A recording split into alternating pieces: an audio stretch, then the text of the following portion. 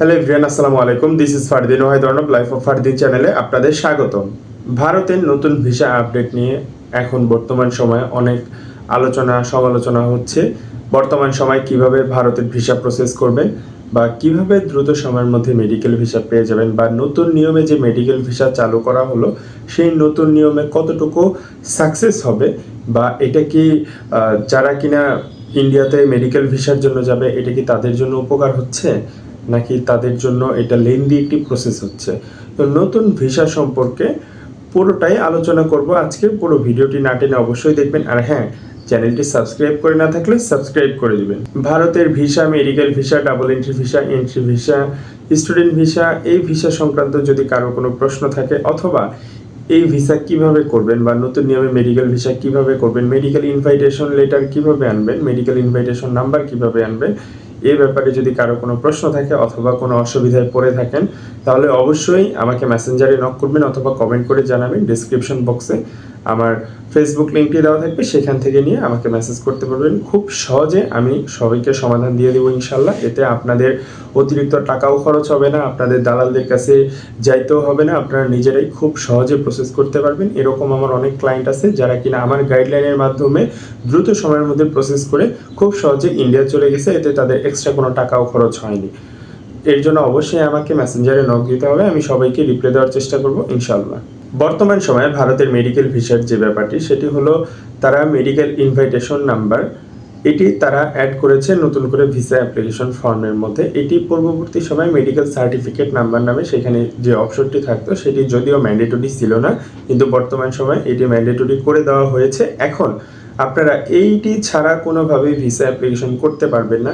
আর আপনারা visa process যদি না করতে পারেন তাহলে তো আপনারা ভিসাও পাবেন না। এক্ষেত্রে আপনাদের এটি করতে হবে, এটি বাধ্যতামূলক করে দেওয়া হয়েছে। এটি ওইখানে উল্লেখ করা হয়েছে পূর্ববর্তী সময় সিএমসি হসপিটাল, আরও এরকম অনেক হসপিটাল যারা কিনা শুধু অ্যাপয়েন্টমেন্ট দিত, কিন্তু এটি আগস্ট মাসের পর থেকে শুধু অ্যাপয়েন্টমেন্ট দিয়েও ভিসা হচ্ছে না। আমি এটি 3 মাস 4 মাস 5 মাস আগে থেকে এটি আপনাদের বলছি যে শুধুমাত্র অ্যাপয়েন্টমেন্ট দিয়ে এখন ভিসা হবে না, আপনাদের ইনভাইটেশন লেটারও লাগবে। এখানে অনেক দালাল আছে আমার ভিডিও দেখে যারা কিনা আমাকে উল্টাপাল্টা কমেন্ট করে, দালালি করে, কারণ আমি সত্যি কথা বলাতে তাদের টাকা তারা মানে যারা সাধারণ জনগণ আছে তারা প্রতারিত হচ্ছে না, তাদের টাকা কমতি পড়ে যাচ্ছে দালালদের, সেজন্য আমাকে অনেক উল্টাপাল্টা কথা বলে। আমি সিএমসি হসপিটাল নিয়ে একটি ভিডিও দিয়েছিলাম যে সিএমসি হসপিটালে অ্যাপয়েন্টমেন্ট নিয়ে ভিসা হবে না, কিন্তু বর্তমান সময়ে আপনারা খেয়াল করেন সিএমসি হসপিটালের নামটি কিন্তু সরাসরি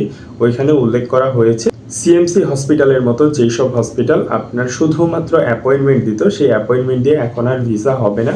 মেডিকেল ইনভাইটেশন লেটার লাগবে, মেডিকেল ইনভাইটেশন নাম্বার লাগবে।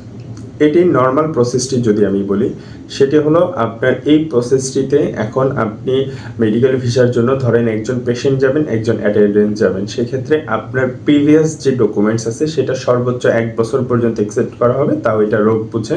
কোনো সময় 6 মাসেরটাও অ্যাকসেপ্ট করা হয়, এর বেশি অ্যাকসেপ্ট করা হয় না। তো 1 বছর পর্যন্ত আপনার মেডিকেল ডকুমেন্টস আপনি হসপিটালে পাঠাবেন, প্লাস আপনার পার্সোনাল ইনফরমেশন, আপনার পাসপোর্টের ইনফরমেশন পেজের ছবি আপনি পাঠাবেন। পাঠানোর পরে আপনাকে হসপিটাল থেকে একটি নির্দেশনা দেওয়া হবে ফর্ম পূরণের জন্য। সেখান থেকে আপনাকে একটি ফর্ম দিবে সেটি পূরণের জন্য। সেটি আপনি পেশেন্টের নাম, পেশেন্টের ডিটেলস, আপনার অ্যাড্রেস, অ্যাটেন্ডেন্সের নাম, অ্যাটেন্ডেন্সের ডিটেলস, অ্যাড্রেস, আপনার পাসপোর্ট নাম্বার থেকে শুরু করে সব কিছু, আপনি পূর্ববর্তী সময় কোথায় ডক্টর দেখাইছেন, ডক্টরের নাম কি, কোন ডিপার্টমেন্টে ডক্টর দেখাইছেন, আপনি ইন্ডিয়াতে গিয়ে এখন কোন স্টেটে ডক্টর দেখাতে চান, কোন হসপিটালে দেখাতে চান, আপনি কোন স্পেশালিস্ট দেখাতে চান, আপনি এগুলো সম্পূর্ণ ফর্মটি আপনার পূরণ করে দিতে হবে। এটি হসপিটাল থেকে প্রোভাইড করা হবে। এটি আপনি পূরণ করে দেওয়ার পরে তারা এই হসপিটালে একটি ইনভাইটেশন লেটার ইস্যু করবে। ইনভাইটেশন লেটার ইস্যু করার পরে আপনাদের স্পেসিফিক পার্সনের উপরে পরবর্তী সেটা আইওএস এফআরআর অফিস, যেটা ওদের পোর্টাল, সেই পোর্টালে আপডেট করে দিবে। এখানে লেন্দি একটি প্রসেস আছে, সেইখানে তারা আপনার ডকুমেন্টস ভেরিফাই করবে। আপনার ডকুমেন্টসের উপরে ভিত্তি করে আপনি সঠিক ডক্টর দেখাতে চান কিনা বা সঠিক ডিপার্টমেন্ট সিলেক্ট করতে পারছেন কিনা, এটি তারা ভেরিফাই করবে। ভেরিফাই করার পরে আপনাকে তারা আপনার যত ডকুমেন্টস আছে এগুলো তারা পোর্টালে আপডেট করে দিবে। পোর্টালে যখন আপডেট করে দিবে সেখান থেকে আপনাকে একটা রেফারেন্স নাম্বার দেওয়া হবে। সেই রেফারেন্স নাম্বারের উপরে ভিত্তি করে আপনাদের সব ডকুমেন্টস বাংলাদেশে রেডি করতে হবে। সব ডকুমেন্টস রেডি বলতে আপনার মেডিকেল ডকুমেন্ট যা আছে, আপনার পার্সোনাল ডকুমেন্টস, মেডিকেল ডকুমেন্টস, এগুলো সব আপনার ইন্ডিয়ান হাই কমিশনে আগে এন্ট্রি করতে হবে। ইন্ডিয়ান হাই কমিশনের যে ওয়েবসাইট আছে, ধরেন আমি বলতে চাচ্ছি যে আপনি ইন্ডিয়ান হাই কমিশন তো শুধু ঢাকায় অবস্থিত, দেখেন আপনি অন্য কোনো বিভাগে, কুমিল্লা, চিটাগাং, সিলেট বিভাগে আপনি বসবাস করেন, সেক্ষেত্রে আপনার সর্বপ্রথম আপনার যত ডকুমেন্টস আছে এই সব ডকুমেন্টস আপনার ইন্ডিয়ান হাই কমিশন যেটা, সেইখানে আপনার সব ডকুমেন্টস এন্ট্রি করতে হবে। ঢাকা হাই কমিশনের যে ওয়েব পোর্টাল আছে সেখানে আপনার এন্ট্রি করার পরে ওদের কাছে সাবমিট করতে হবে।